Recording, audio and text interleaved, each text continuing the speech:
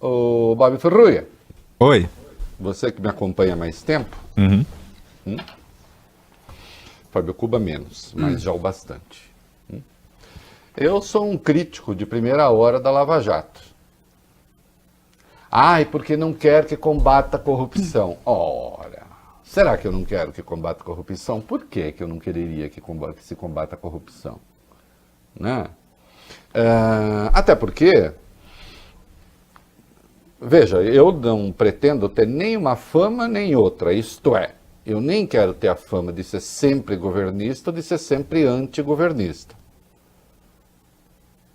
Tá certo? Porque eu não dependo da boa vontade de estranhos para existir. Como diria Blanche Dubois no filme Um Bonde Chamado Desejo. Não é, Fábio Cuba? Né? Então, eu não dependo da boa vontade. Momento cultural. Eu nem faço questão de ser governista, nem faço questão de ser antigovernista. Eu faço questão de ser independente. Né? E, portanto, o combate à corrupção é uma obrigação moral. Não é uma plataforma de governo. Nem deve ser o objetivo número 1 da sociedade. O combate à corrupção é um instrumento. Não é um lugar a se chegar. Porque senão fica parecendo que se a gente acabar com todos os corruptos da terra, todos os problemas estão resolvidos.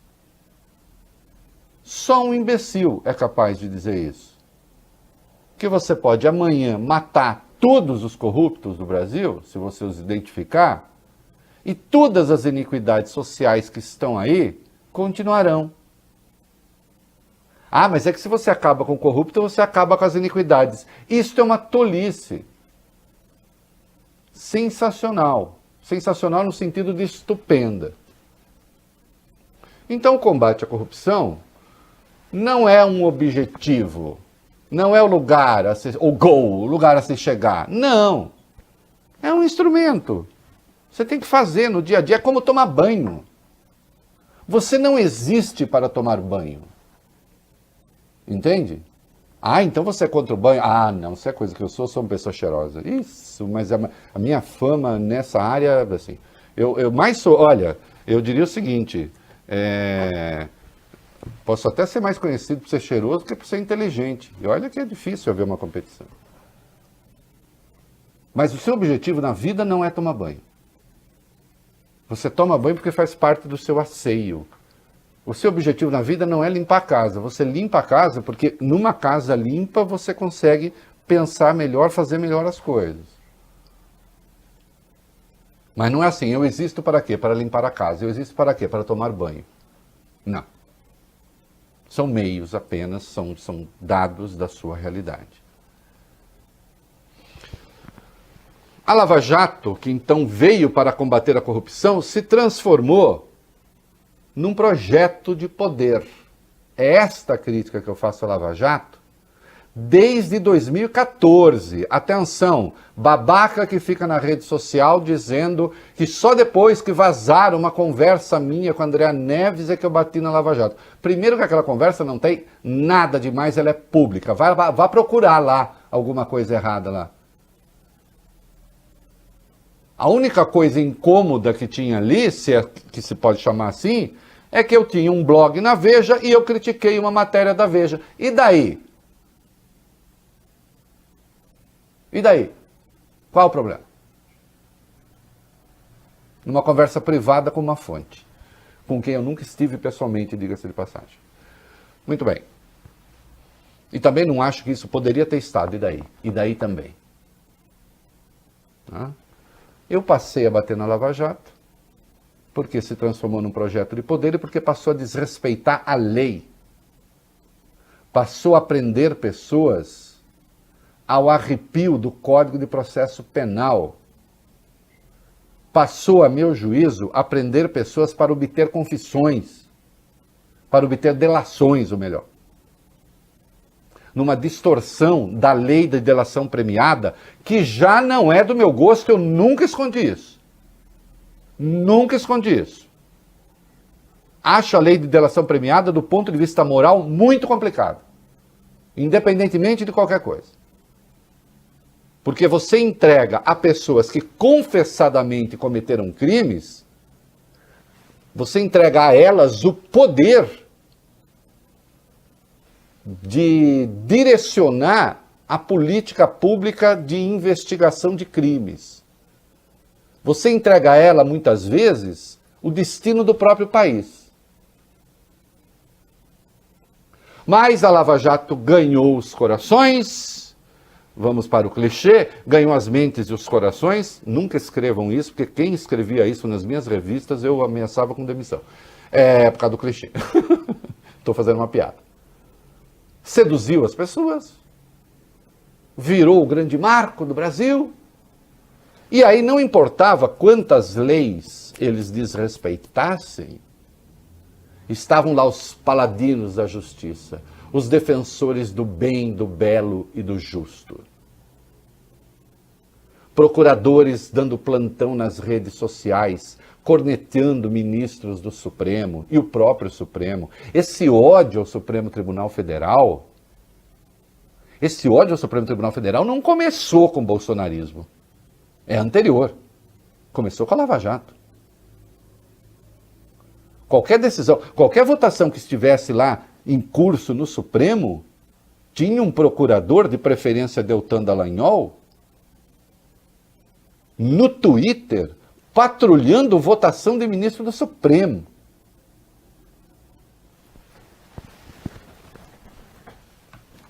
E claro, a fama de inimigo da Lava Jato me custou caro, caro mesmo. Custou empregos, inclusive. Mas estou aqui, graças a Deus, e muito bem. Não dependo da boa vontade de estranhos para existir.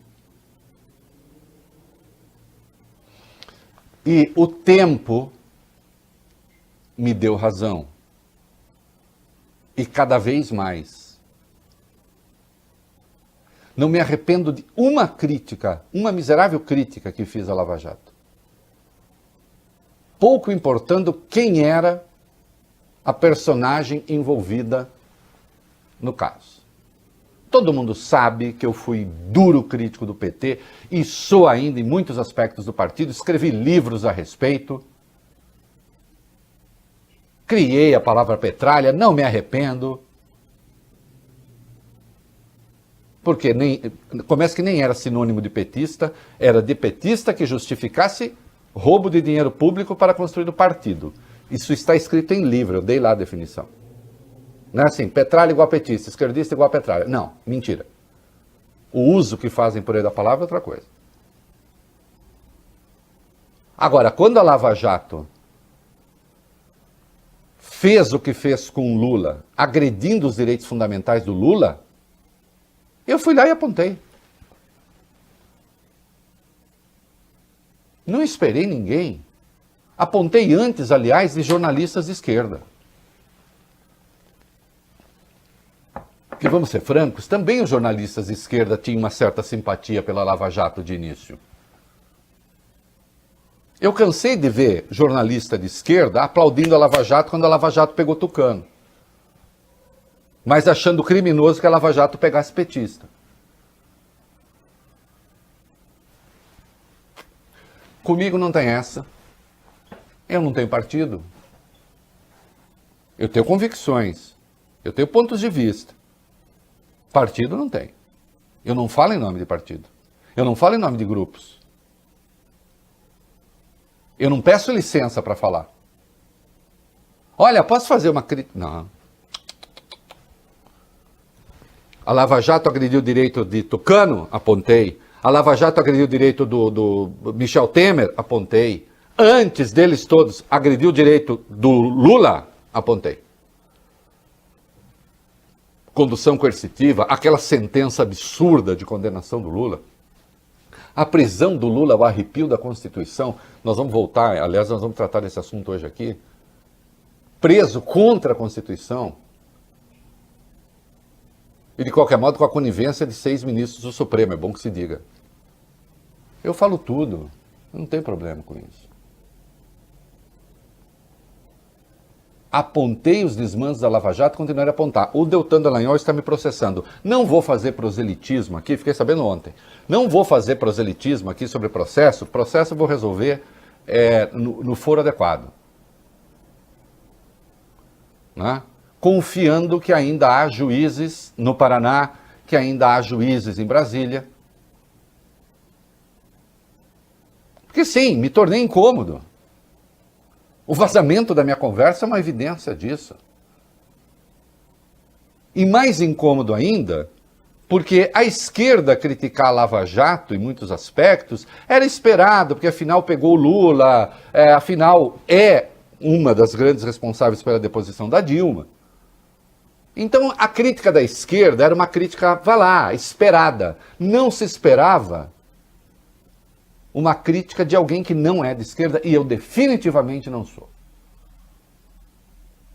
Definitivamente não sou. Aliás, daqui a pouco eu vou falar de um filme aí, sobre a liberdade e luta, uma tendência trotskista, teve uma matéria hoje na Folha, né?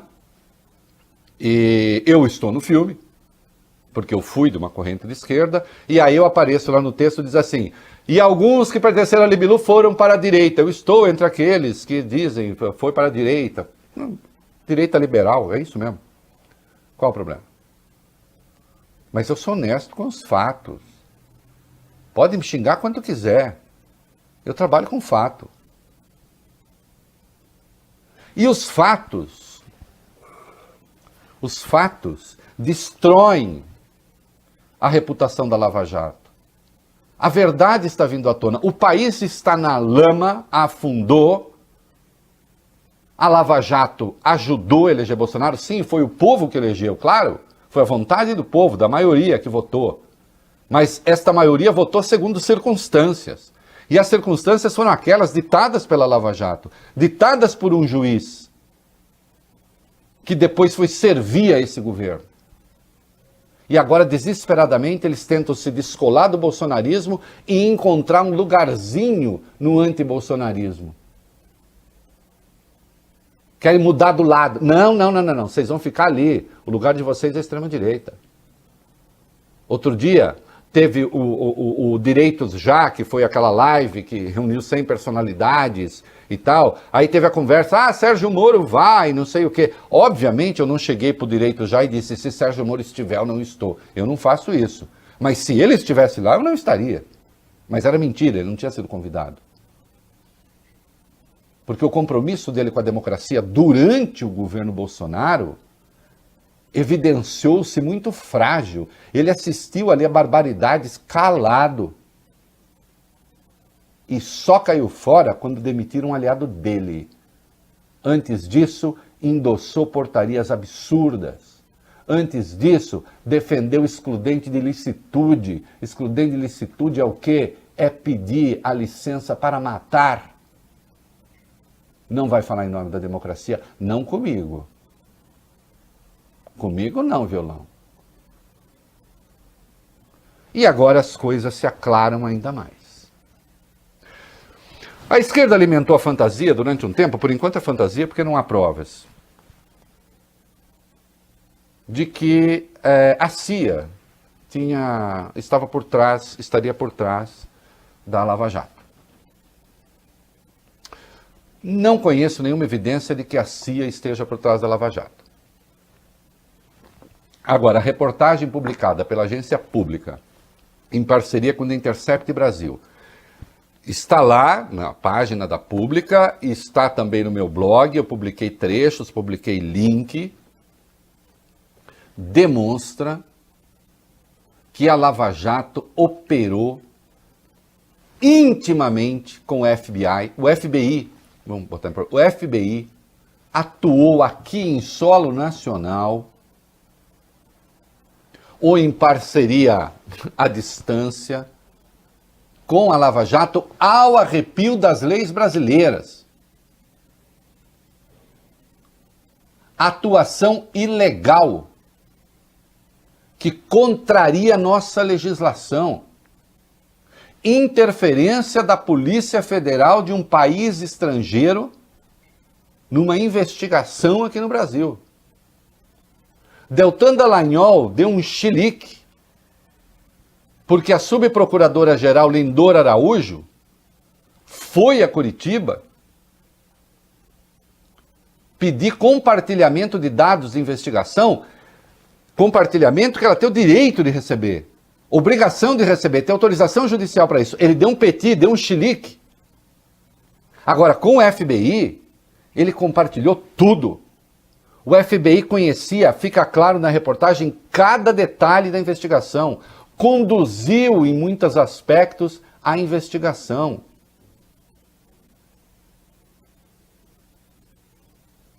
E há uma coisa escandalosa ali. Grave. Muito grave. Um diálogo do Deltan Dallagnol, do dia 11 de fevereiro de 2016, com o Vladimir Aras, subprocurador-geral, que à época respondia pela Secretaria de Cooperação Internacional da Procuradoria-Geral da República. O Dallagnol informa ao Aras. Vladimir Aras é primo do Procurador-Geral da República atual, mas eles não são próximos politicamente, tá? Vamos deixar claro. Não tem nada a ver politicamente um com o outro. O Dallagnol informa ao Vladimir Aras que ele, Dallagnol, pediu a extradição de uma pessoa, não fica claro quem é, investigada pela Lava Jato que está nos Estados Unidos. O Vladimir Aras diz, mas espera aí, você não pode fazer isso. Vejam lá no meu blog, no detalhe depois. Você não pode fazer isso. Isso tem de passar pelo Ministério da Justiça. Isso tem de passar pela PGR. Dallagnol deixa claro, já fiz, não vai passar por nada disso, porque... E ele diz estar em associação com a Polícia Federal e diz, nós não confiamos no governo federal. Não se trata de não confiar só no governo federal. Também a PGR, alijada da decisão. A Lava Jato atuando como um ente autônomo, que faz o que bem entende, ao arrepio da lei. Sem dar satisfação, e de maneira pensada, e de maneira clara. Desde 2016, pelo menos, a Lava Jato está operando intimamente com uma senhora chamada Leslie Rodrigues, em português mesmo, esse Rodrigues. Ô, dona Leslie, eu não sei a pronúncia do seu nome. Não sei se Backskies ou Backskies, mas é... né? B-A-C-K-S-C-H-I-E-S.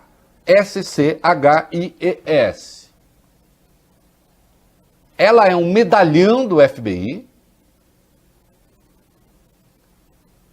íntima, o tempo todo atuando em parceria com a Lava Jato, ao arrepio do governo brasileiro, ao arrepio da Procuradoria-Geral da República.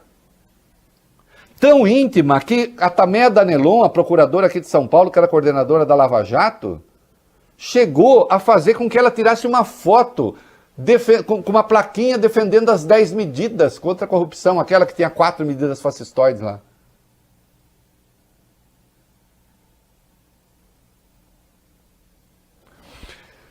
Os Estados Unidos têm uma legislação, na sigla em inglês, FCPA, Foreign Corrupt Practice Act.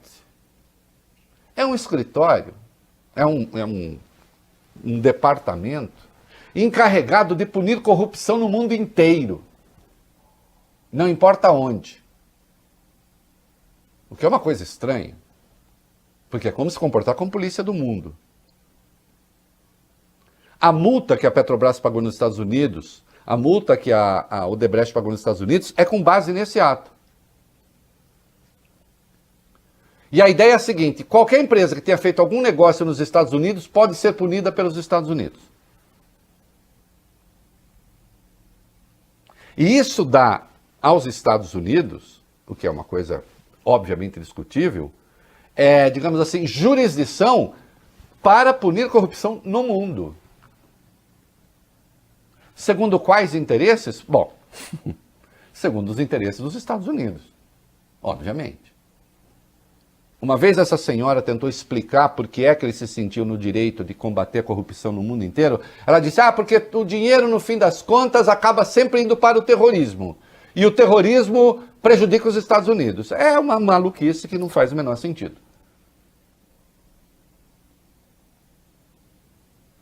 A Lava Jato não estava a serviço exatamente do aprimoramento da legislação brasileira. Tratava-se de integrar uma espécie de força internacional liderada pelos Estados Unidos que produziu o estrago que produziu aqui. Teoria conspiratória? Não, isso não é teoria conspiratória, isso é fato. Isso é fato. Se alguém quiser criar uma teoria depois, pode criar depois. O fato está dado aí.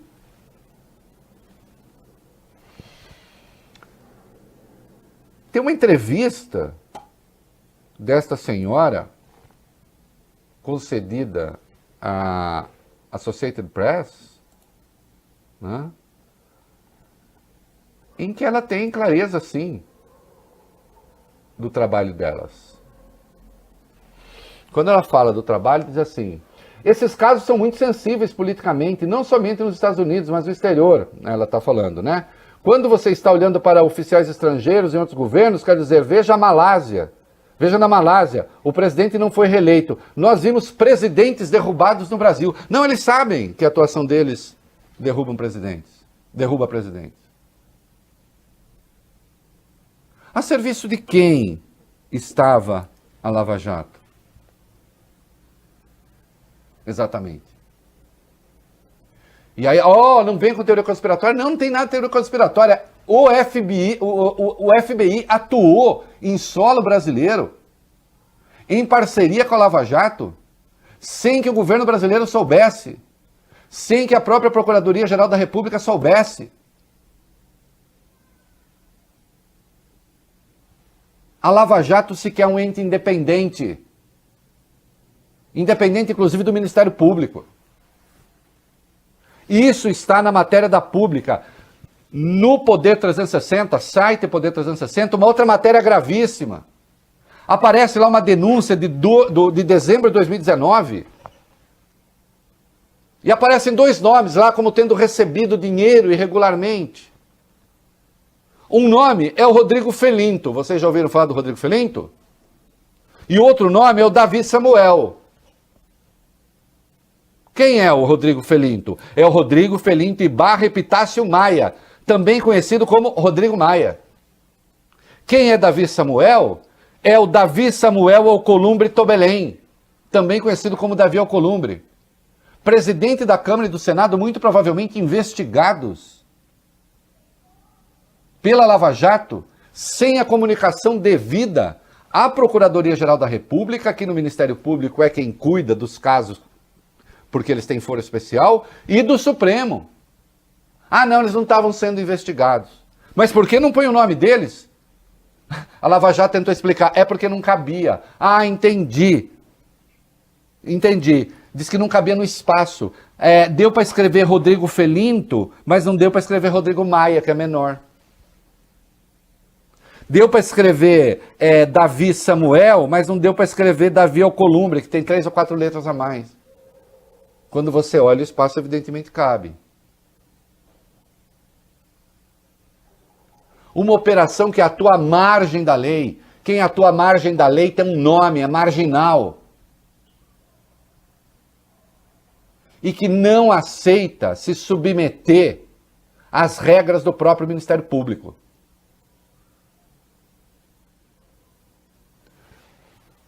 Dallagnol faça o que quiser, intimidar não vai. Até porque os fatos estão se impondo. Né?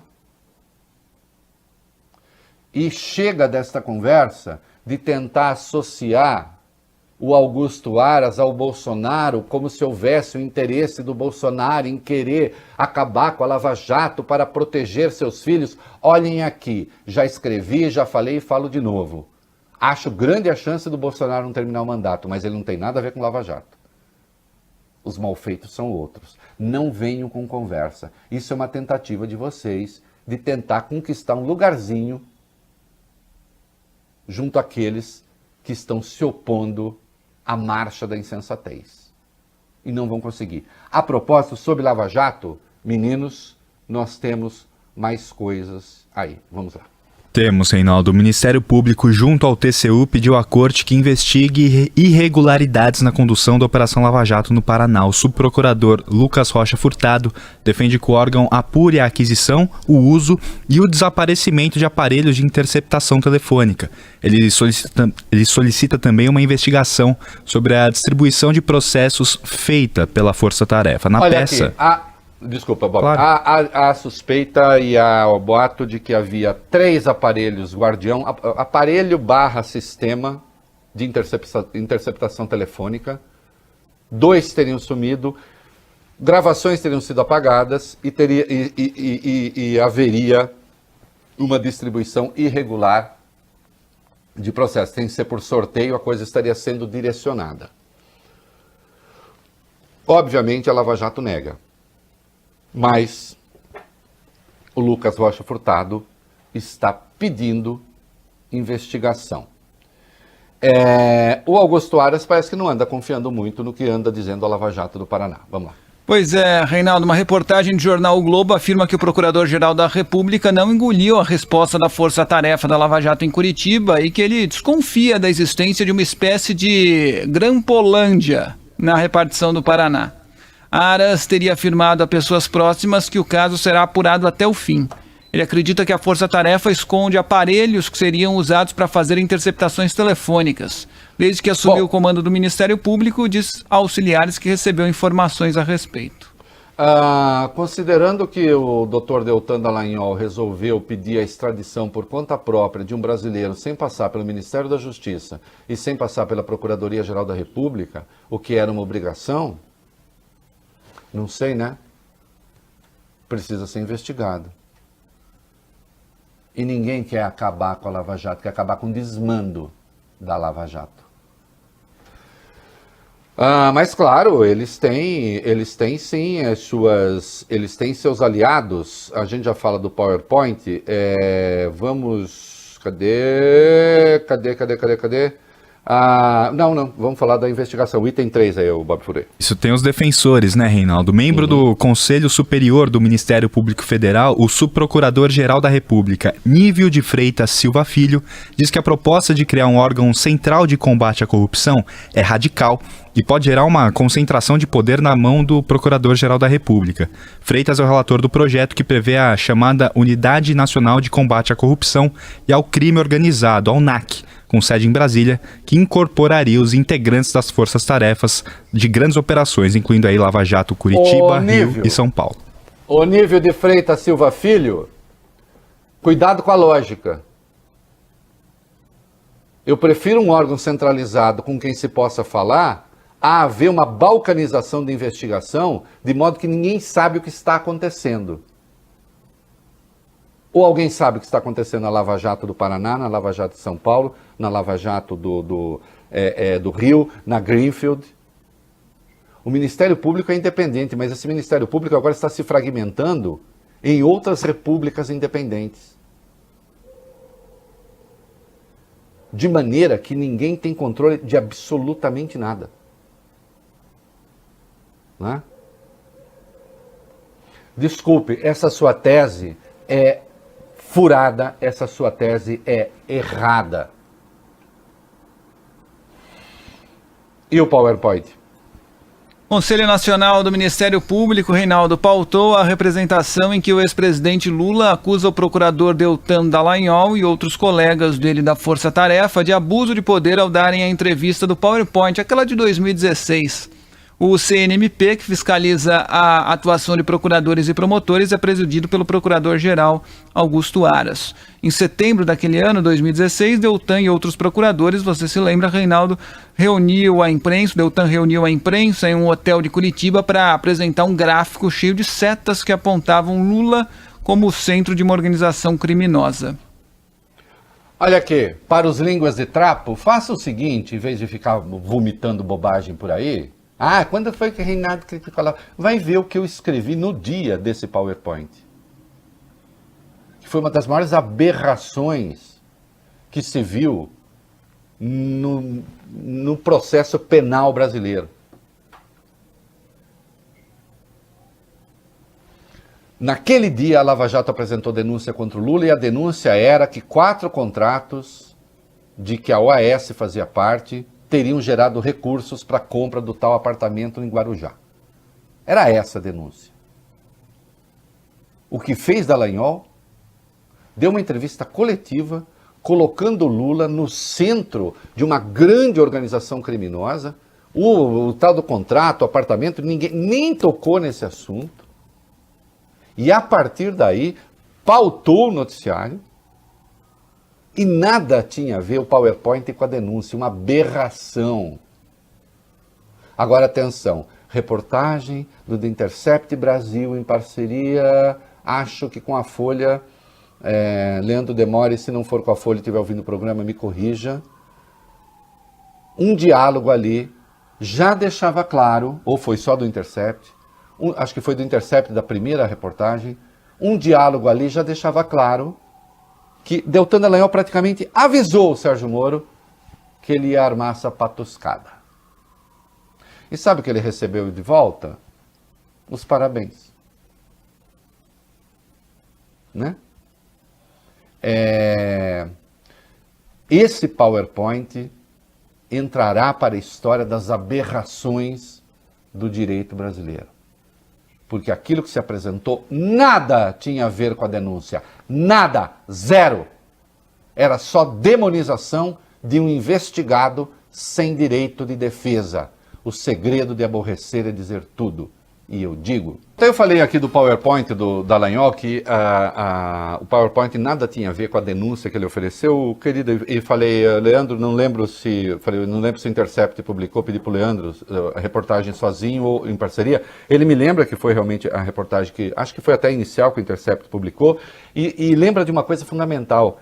70 horas antes do Dallagnol apresentar a denúncia contra o Lula, ele não tinha convicção, porque não havia evidência de que o apartamento pertencesse realmente ao Lula e tivesse a ver com os contratos da Petrobras. Portanto, teria que prorrogar aquilo até conseguir a prova, que nunca apareceu. Não prorrogou, não tinha prova, apresentou a denúncia, foi para o PowerPoint, que nada tinha a ver com a denúncia, recebeu os parabéns e o Sérgio Moro depois condenou sem prova. Eu preciso falar tudo, e daí? O Lula está dando entrevista por aí, está falando um monte de coisa que eu discordo radicalmente. Eu não preciso concordar com as coisas que o Lula diz para afirmar isso que eu estou afirmando aqui. Entende? Eu não pertenço a partido, eu não pertenço a partido político. Né? Eu não estou aqui para você me ouvir falar mal do PT. Eu vou lá ligar agora porque eu quero ouvir falar mal do PT. Está com vontade de ouvir falar mal do PT? Meu filho, você tem essa dependência? Não será comigo que você vai resolver esse seu vício. Não, eu quero ouvir falar bem do PT. Também esse vício não é aqui. Aqui é o vício dos fatos.